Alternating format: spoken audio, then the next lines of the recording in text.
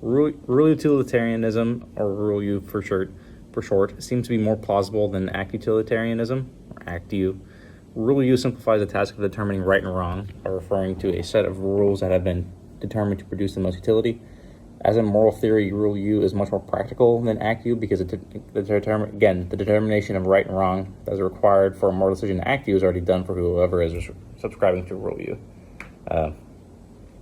So one of these things that this can solve is what Timmons explains, that is factoring in plausible empirical assumptions. So he's just using this to describe when a police chief has to consider two scenarios, but also when you have to consider assumptions that might happen in the future.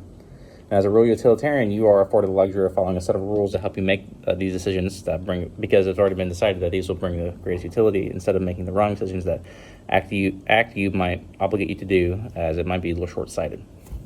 As act U, you still theoretically have to consider all possible scenarios, but with rule U, you kind of already have a guideline. That's why it's more practical. Another reason why rule U seems more plausible is because it coordinates actions that benefits a greater good. So both U's focus on maximizing total utility. However, Act U looks at a smaller picture than rule U. So on page 155, Timmons explains that rule U states a code of rules associated with the production of at least as overall intrinsic value as any alternative code is an ideal code. So again, rule U is focused on an entire set of rules that create a whole set of decisions that make. This is very broad, but it still focuses on maximizing intrinsic good, just like Act U is. However, rule U takes the decision that it encourages and applies that decision that could be made in a wide variety of situations to see if there's any situation where the decision is incorrect. So then based off of that, that's how rule U determines the set of rules.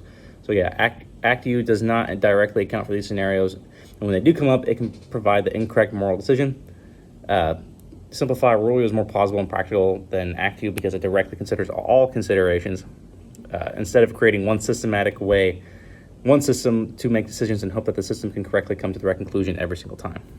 So again, rule U is more practical because it kind of considers everything up front as opposed to creating a system and hoping the system works for every situation.